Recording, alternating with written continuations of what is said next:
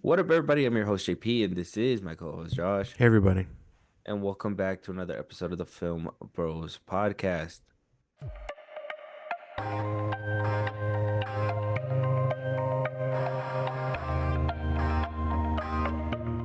All right, Josh. Well, it's 2026, and as these new movies start rolling out in this new year, we're only a couple of days into the new year. There's nothing necessarily new, but there's a few movies that we were able to catch up on. I don't know how hungry you were towards the end of 2025 if you were like just devouring movies left and right, but that was kind of Yeah. like uh what I was like a vortex of just movies, just watching them every single day for like that whole month of December. Yeah. And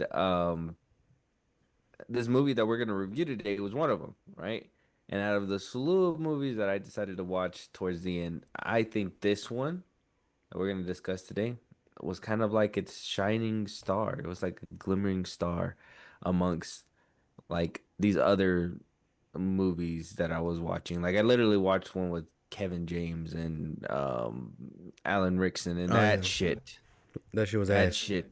Yeah, dude. I'm punching the air about it still till this day. But if you want to let them know what we're gonna talk about today, and we'll get your side and everything right now. We are reviewing Caught Stealing 2025. Last call. Drink 'em if you got 'em. Let's go back to your place and you can take advantage of my poor judgment. I depend on your poor judgment. I want to know if I can take this seriously. What do you need to take us seriously? Come on, kids, get a room. Sorry, Miss Kitty. Oi! What the fuck you doing, geezer? Is that the best you can do? I've got to fly back to London. I need you to take care of my cat. I like cats. I like dogs. Hey, is Russ home? Who are you? What's the baby, man?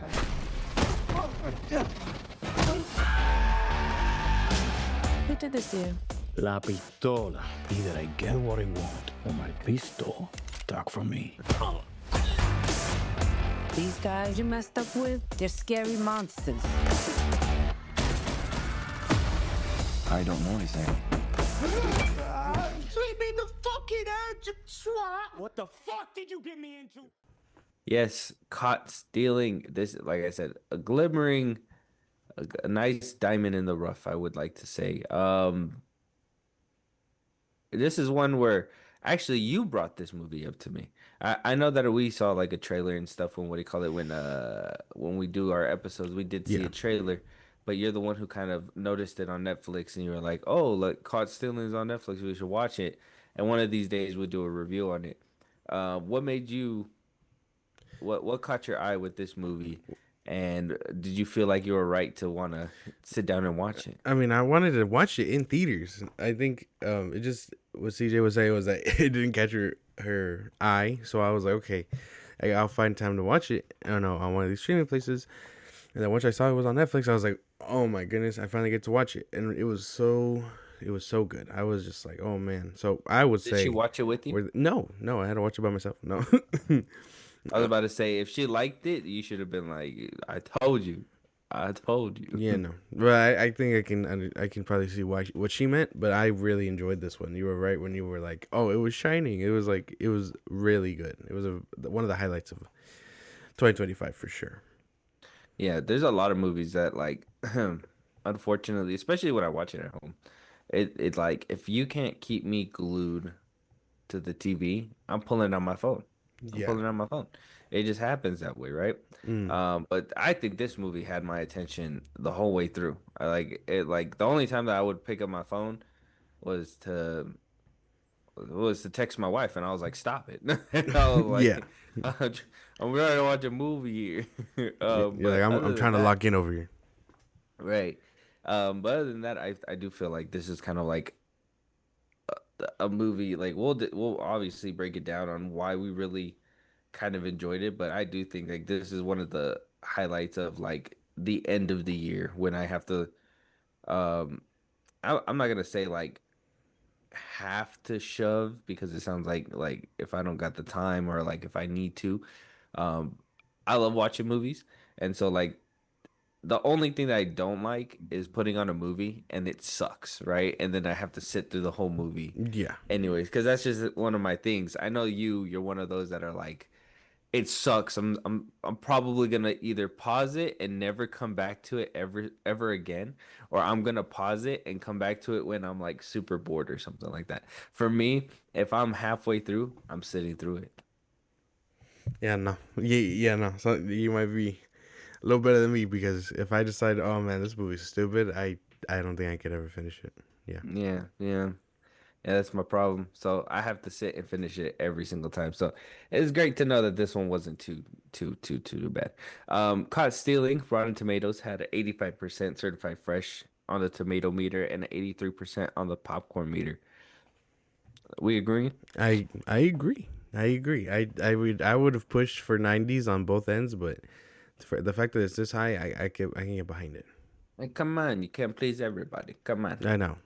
Yeah. I know. 80s are always I always find like 80s is like um enough people liked it and maybe there's like that grumpy 20 that are just like, not grumpy because I was gonna say kind of like CJ where she's like, oh, I don't want to see this because this looks not appealing or something, Yeah, right? And yeah. it's like, oh, you just gotta give it a Yeah, I know. chance, right? I was just like, what? Austin Butler, Zoe Kravitz, that's not calling your name, and she was just like, no. I was like, okay. So I can They gotta be. understand that there's some ratio in there where it just wasn't appealing, or they saw it and immediately wasn't interested, or there's a solid like 10% in there that just were like, this movie sucks. You know what I mean? It's always a toss in the air. You know what it is? It was Matt Smith's hairdo in the poster. It just makes you be like, nah, this movie's too goofy. I, Matt Smith's I don't hairdo even is believe like, it. it's too much. I kind of like Um, this hair, Loki. yeah, yeah, yeah. You should get yourself a faux hawk. Oh no, no, no, no, no. Oh, never mind. Caught Stealing, directed by Darren Aronofsky. Um, we have Austin Butler as the lead. Regina King also plays in here. Zoe Kravitz, Griffin Dune, Dominic Silver. We have Matt Smith, Liv Schreiber, uh, Vincent D'Onofrio.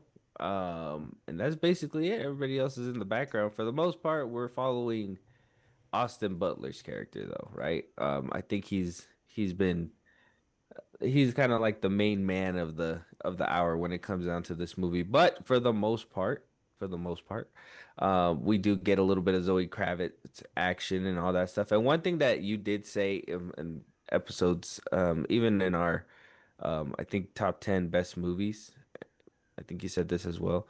Like if I kind of want to start cracking into like what we usually do with like characters and everything. Or actually, you got to give us a rundown Yeah. of what the movie is and all that stuff. But Austin Butler, Regina Hall, Zoe Kravitz. I mean, Josh, if you want to give them that rundown, spoilers up ahead, and yeah. All right. So the movie follows an ex baseball player, like an ex prodigy baseball player. Austin Butler plays Hank Thompson. We get his little backstory. We find out he's just down in the dumps. He's not where he wants to be. He's a big fan of baseball. He was once, almost scouted. He remembers killing his best friend while drinking while driving. Don't do that. His love interest, Regina King, played by Zoe Kravitz, are minding their business one day when his friend Russ, played by Matt Smith, comes over and he's like, "Hey man, I'm going out of town. Can my dad's having a heart attack? Can I you watch my cat for me?" Not knowing that he was entangled in some gang war, uh, Hank Thompson, now played Austin Butler, basically has to not only outlive the gang war that he's currently now in the middle of because of watching his cat, but he also has to avoid corrupt cops along the way because no one's on his side. A couple things happen to him, uh, which is a big revelation. He comes to terms that he might have to die. Turns out he can flip it on his head. Him and Matt Smith get it done, and it really, in my opinion, ends in a very satisfying way for everybody, or at least for Austin Butler's character. But Mm-hmm. I would say that's the best way to break it down without too much spoilers. Okay. All right. We'll take it. We'll take it. Character wise, if I kind of want to start it off, like I was saying, there was something that you were saying in a couple episodes that we already put out there. If you guys want to go check those out, but caught stealing. first things first, an Austin Butler movie. I don't think that his management is on point because I don't think he's made a movie where like he's missed, right? Um even in Dune, like the better Dune movie, he's in it. Like Yeah, if I'm gonna be honest, I haven't seen Austin Butler miss. He's been kind of going from like from that biker movie, like I said, to Dune, now here to this kind of film. It's like he has this gear that nobody else is reaching, especially when it comes down to like the facial expressions and like the way that he like emotes in these movies. It's I think it's just amazing. I think it's yeah, cool. I think it's like good to see like an actor with so much like charisma at a young age that it like Brad Pitt status kind of yeah, thing. Like he's getting to that point where like a Brad Pitt where you kind of just do stuff and it's like golden. You know what I'm saying? yeah. But I think him, Zoe Kravitz give a good performance for, what she's there for. Matt Smith, I've only ever seen him like act in like I want to say fully it was in Morbius. That's what's So up. that's not a very good reference. So seeing him in this one kind of makes me feel like okay, he is very much taking his acting seriously. And he's gonna be coming out in that Star Wars movie. So that was something that I was like, oh man, Matt Smith in a Star Wars movie, that's a little concerning, right? And I think he was also rumored to be like the running it for Brainiac as well too. But James Gunn was like, no, no, that never happened. Anyways, Right. Matt Smith, he was one of those actors that just, I've seen him once in a terrible movie, never cared for him again. And to actually see him in a movie where he's doing a good job acting in his British accent and everything, I'm assuming that's his normal gear, because it just seemed a little too like easy for him. But Yeah. he, I really liked him in this role too. Liv Schreiber and Vincent D'Onofrio as like little side characters were great for me. Oh yeah, I for sure. appreciated that. But yeah, I think all the characters kind of knocked it out the park with this one. I don't think anybody was lacking. Everybody played a role. Even Bad Bunny. Bad Bunny out of everybody as well. I think he was actually really funny in this one. But what did you think about the characters, Josh? I completely agree. I really think everybody here really did and like what they had to do and just fucking killed it because that no one here was lacking. I do think I do want more out of certain characters, but that's because of what happens to them in the plot. But other than that, it's not really our fault. You know what I mean? But I really enjoyed it. I was like, oh man, this is good stuff. You know what I mean? You think so? I felt like everybody kind of ran their course in this movie. I think that's why it was like so satisfying for me. I felt like everybody just kind of made it to their destination where they belong. I know. I'm mainly talking about Zoe Kravitz. I kind of wanted them. I kind of wanted that little ending, but that's about it. Oh, you wanted like a love story ending Yeah, with the yeah, two yeah. of them. Yeah, yeah, me too. I think that was something that I was kind of devastated by midway through the movie when I was like, oh, okay, well, they're obviously not doing that. I thought it was gonna be like something, different. I thought it was gonna like him and his mom or something. But I mean, the way it ended too was kind of satisfying for me in its own way. When you're expecting something, but you still get something that kind of Yeah. lives up to the same thing, you're just like, oh, okay. But I would have preferred a little bit of like a love, like a what is it? Like a Bonnie and Clyde type deal. Right. But we're just going for a more personal feeling, I guess. Yeah. But other than that, I mean, you were right. Everybody that was in here really did their best, and even Bad Bunny. I can't even lie. I didn't like him as much in fucking Bullet Train, Bullet Train. I but think that's the last time we seen him, right? right. And but in this one, I mean, he actually did pretty good as like a mob boss type. So he was not bad. Yeah, he wasn't too bad, wasn't he? I like the goons. I'm telling you, the crazy one, the shorter one, the Oh yeah, the crazy one that Russian was like running his head into people and shit like that. I was like, that guy is. You don't gangster. want to pick a fight with him. Don't fight that guy ever in your life. He's the one that will like not throw sand in your face. He'll eat it in front of you and just intimidate you in the Yeah. worst way. Yeah, so don't do that. Um, Everything was gruesome. The fight scenes, the violence, even when like you weren't around to see the violence and they kind of showed it to you like the aftermath, it still hit hard because you were just like, holy shit, like this movie is actually happening. Um, but everybody did their thing when it came down to acting. Cinematography wise, dude, I loved the visuals in this movie. The flashbacks, the batting cage scene, the scene when he was driving, the two Jewish men when after he found out what happened to with the lighter and everything. Like there were scenes where the camera didn't like come off or like edit or anything, and you were just like, wow, they took love and time to make this movie. Oh yeah, So, they would just let you sit with certain things, hmm like the unsettlingness of the drive and all that stuff that you're talking about, or the like the shotgun scene in the bar, like things like that where they just let you sit with it. I was like, damn, and it also took you into serious moments when shit got real. Like I hmm mean, not just the train scene, but that car scene that you just passed up where they're like racing on the street like that, like they took time and care, very much yeah, so, to let you sit hmm in things and know when to get fast paced with everything. It was great. Like if we're moving on to camera work, because I thought that shit was pretty good. I thought so too. Even like the visual despair and like how they basically try to put that on camera when it came down to Austin Butler's character and what he was like going through in the moments and stuff like that. It was great. I really enjoyed it. I thought it was a great little gag too, the whole like the one-sided phone calls with his mom and then for the end of it to be revealed that his mother was that person and like that he obviously he loved her but like I thought that was it made the story not so distracting, right? Like what's happening to the mom or whatever and blah blah blah.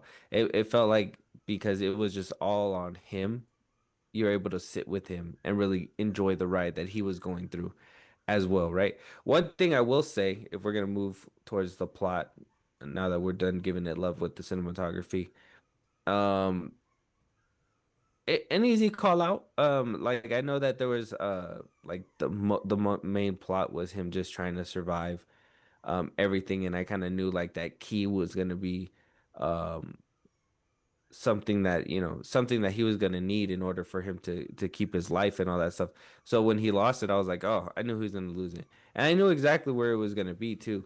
The fact that the guy in the movie didn't know it before before I knew it, I was like, okay, well, we'll wait until he catches up. And when he finally caught up, like halfway through the movie, I was like, okay, all right, now I'm way back invested. There was that moment, a little brief moment where I was like, the acting and everything kept me involved. It was just like the plot seemed like it was being stretched out at one point just to Right, make like that whole like, oh, I forgot where the key is kind of happen, right. right? I kind of thought so too. I was like, does he not? I was like, okay, I can understand, after a wild night, forgetting where you left things, but the instinct is to always check your pants, right? That and I mean, if you walked over there with the intent of giving the key to somebody and you just didn't do it, and I understand you blacked out and you don't remember whether or not you gave that person the key. It's like you retrace your steps. And if you remember to the point where that you went out to drink and remember actually the route that you went home and everything like that, it's like, okay, well, you could have remembered that you took your pants off in the beginning of the movie, like in the front and stuff like that. I thought it was gonna be in a vomit pile. The fact that I thought it was a funny little gag to see that the homeless guy was the one that was wearing it or whatever, but like for the most part, I already kind of knew what was happening, and I think that was kind of like a bummer on that part when it Yeah, came down to. I can agree with that. Yeah, because it was like, well, I mean, I guess we're just waiting for him to realize it. But I mean, if he would have connected those dots sooner, certain people would have stayed alive. You know what I mean? Exactly, and we would have had the ending that we wanted. So, was it kind of like a plot device to kind of keep it going? In a way, A kind little of. And bit, that yeah. kind of it sucks in a way, but at the same time, you're like, hey, well, you still got I guess a good emotional moment out of it in a different way. Right. Yeah. It all comes full circle, and I understand it was intentional. It's just I have a problem where we're beating the people. You know what I mean in the movie, I understand they go at their own pace to discover stuff, but we drew that conclusion a long time ago. It's okay if you speed that up. You know what I mean? Mm-hmm. Yeah, exactly that. And I mean, I personally, I think the plot was pretty good Yeah. and fresh. Other than In that, my like opinion. first 30 minutes where he's running around and then he finds it, it's like all right, and then Hmm. we get back to it. Like there was a lot of like really good emotional scenes in here where they let you sit with certain things, and then like the beach scene, and like you said, every time he called his mom, it was always like that could be the last time we talk to her. You know what I mean? So it was really nice to have those moments within Hmm. the plot. You know what I mean?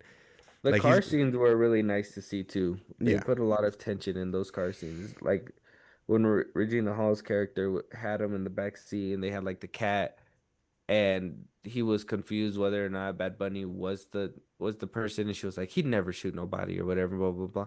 And I'm like, oh, okay, all right. Like these scenes are very like unsettling Yeah. when they let you like sit with them, so it's not too bad. There wasn't a lot of fight scenes in this movie. No. Um, but for the most part, the action pieces, I mean, for the He small budget that it was fun. It was And realistic as fuck. yeah, I would say realistic. I really enjoyed like the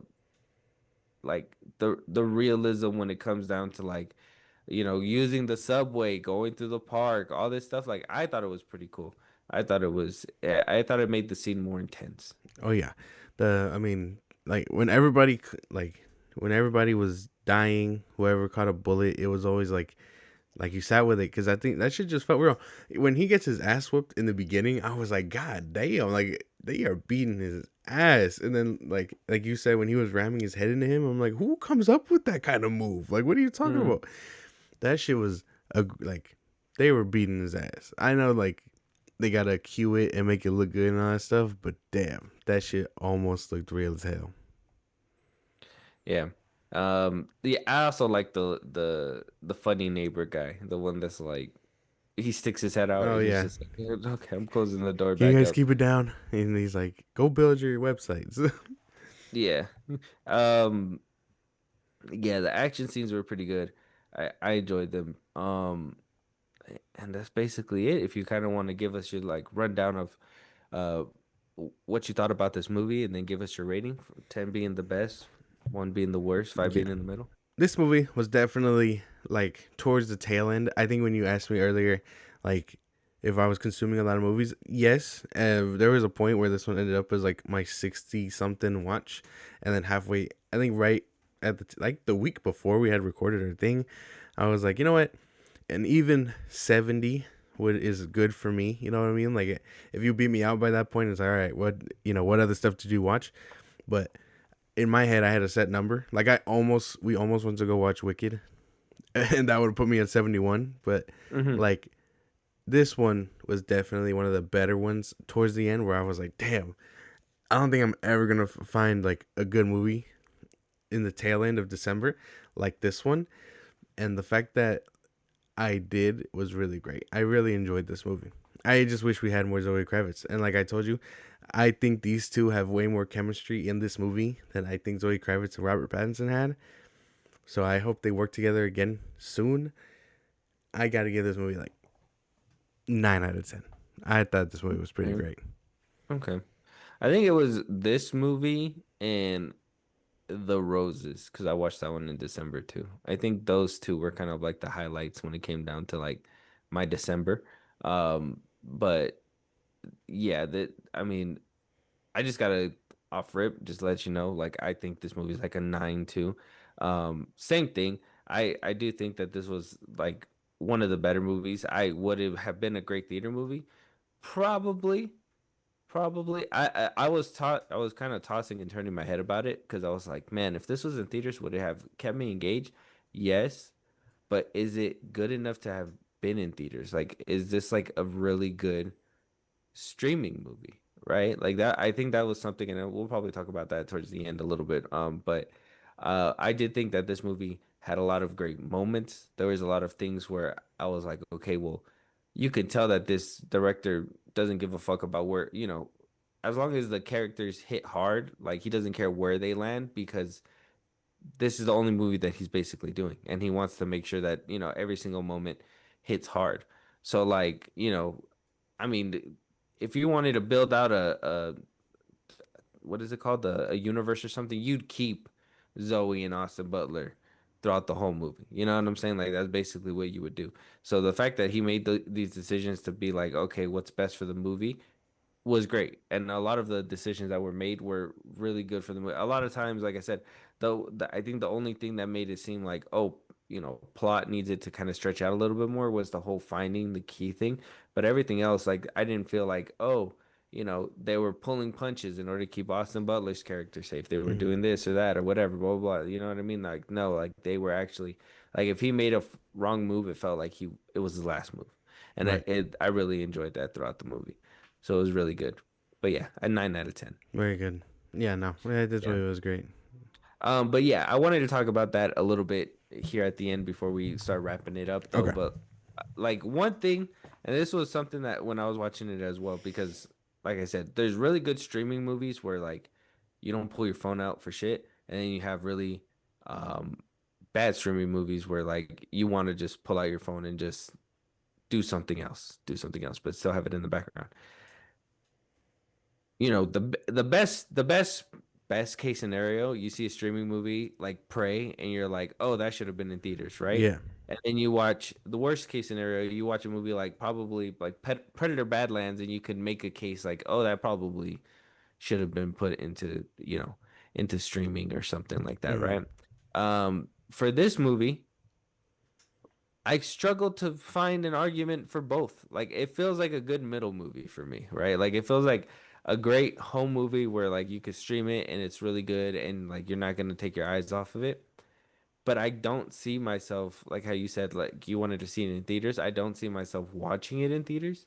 Um, because it's not maybe because it doesn't have the action to hold you throughout the movie. Mm-hmm. I would say that this is a very good like one of the top tier streaming movies. Like this movie should have been on streaming probably, if they still did like paywalls, it probably would have been like a premium tag on it. And be like, if you want to watch it early, you get to pay this much money or something. But Yeah. we're not there no more. So I don't know. What do you think? That like do you feel I, like it should have been a theater movie? I would have really, it always comes in hindsight, but like I would have preferred to probably see this in theaters. I know that when it did come out, everything else was stacked against it, so it just was probably gonna get beat out. But I would have definitely enjoyed to have seen this one just because I enjoyed it so much. That was like that. Like I said, that always comes in hindsight. I have no problem watching it at home. I just know that it probably would have elevated the experience a little bit better if I watched it in theaters. In theaters. Mm. Because there's some of those movies, like you're right, where you're like, damn, But I think you only get that way when it's straight to streaming. You know what I mean? Like if this went straight to streaming, I probably would have been like, damn, that probably would have been a really good theater movie. And a little too soon for Austin Butler's career to hit that kind of low. You know what I mean? But it would have been very disappointing if it was just straight to streaming. I mean, because you have like straight, what is it called? Like examples, right? Like Top Gun Maverick is not a streaming movie. Oh That's no, a theater movie, right? yeah, Like yeah, you wouldn't have expected that in streaming at all. But like Prey, I mean, when it came out, you could have probably made a case to be like, oh yeah, this is probably streaming. But a lot of people chose, put it out there. There's some movies that go into streaming. You're like, yeah, it should have been on streaming in the first place, right? Like it should have never even made it to theaters, right? Blue Beetle. And then you have some movies. I think that's where like Caught Stealing kind of sits at is where it's like, okay, it made it into theaters. I don't even think it did that well in theaters. And then, it kind of slipped into streaming and, that's where it kind of found its love. I think that's where it probably should have belonged in the first place was streaming. Mm. I simply disagree. I think this movie would have. High-end streaming though, like I said, premium tag for sure if there was still a paywall. This is a rental, not a Netflix prescription. Yeah, yeah, exactly. Like there's the Netflix, your basic subscription that you pay for. Like if you want access to this movie, you got to pay a little bit more. Yeah, I guess I can get behind that. Yeah, but I Yeah. I do think I would have liked it just as much in theaters. Premium content. Anyways, but yeah, let us know what you guys think. Have you guys seen Caught Stealing uh in the big 2026? Did you watch it before 2025 was over? Let us know what you guys think of the movie. Any topics that we should be talking about, any movies that we should be reviewing, TV shows that you want us to be talking about. Josh, let them know where they can talk to us, give us suggestions, and do all that great stuff. Twitter, TikTok, Instagram at FilmBros Podcast. We post our episodes are up. You can hit us up there for the news or movies you want us to cover. Buzzsprout link in the shows I just gave you. It's like a Patreon. You subscribe. We have the show code. Really appreciate it. Let's do us anywhere you get your podcast at FilmBros Podcast, Spotify, YouTube Music, Apple Podcasts. Again, wherever you get your podcast. Be part of the conversation. Twitch at FilmBros Podcast. And when it's all said and done, subscribe to our YouTube at FilmBros Podcast. And with that being said, we'll talk to you guys on the next one. Talk to you guys later.